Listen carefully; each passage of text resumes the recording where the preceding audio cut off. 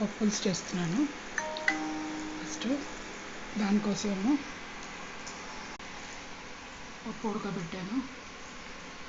పప్పు ఉడకబెట్టాను, చింతపండు నానబెట్టాను. తర్వాత పోపులో ఆవాలు, జీలకర్ర, మినపప్పు, పచ్చిమిరపకాయలు, వెల్లుల్లి వేసాను. ఇప్పుడు ఇవి వేగాక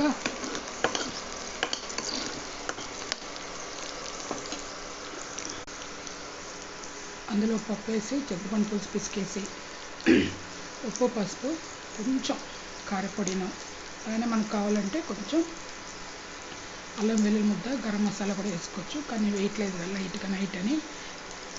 సో ఎందుకంటే ఉప్పు, పసుపు, కారపొడి, కొంచెం లైట్గా సాంబార్ మసాలా కొంచెం వేస్తాను అంతే. సో పప్పు పులుసు రెడీ అయిపోతుంది. తర్వాత ఇంకో షార్ట్ పెడతాను. బాయ్.